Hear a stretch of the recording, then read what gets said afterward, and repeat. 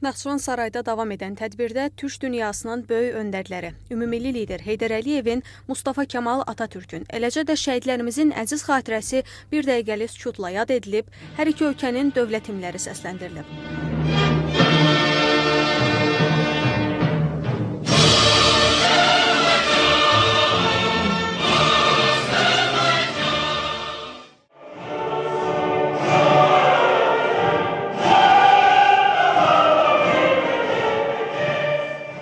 Cahan Holding Şirkətlər Qrupunun aparat rəhbəri Azər Cəfərov, Türkiyənin Naxçıvandakı baş konsulu Asip Kaya, xüsusi təyinatlıların qaziləri, şəhid ailələri və veteranları İctimai Birliyinin sədri Bəhruz Məmmədzadə, eləcə də digər çıxış edənlər forumun əhəmiyyətindən danışıb, şəhid ailələrinə və qazilərə göstərilən dövlət qayğısından bəhs ediblər. Həmçinin müxtəlif sahələrdə birgə əməkdaşlığın önəmi qeyd olunub, şəhid ailələri və qazilərlə bağlı həyata keçirilən layihələrin əhəmiyyəti də diqqətə çatdırılıb.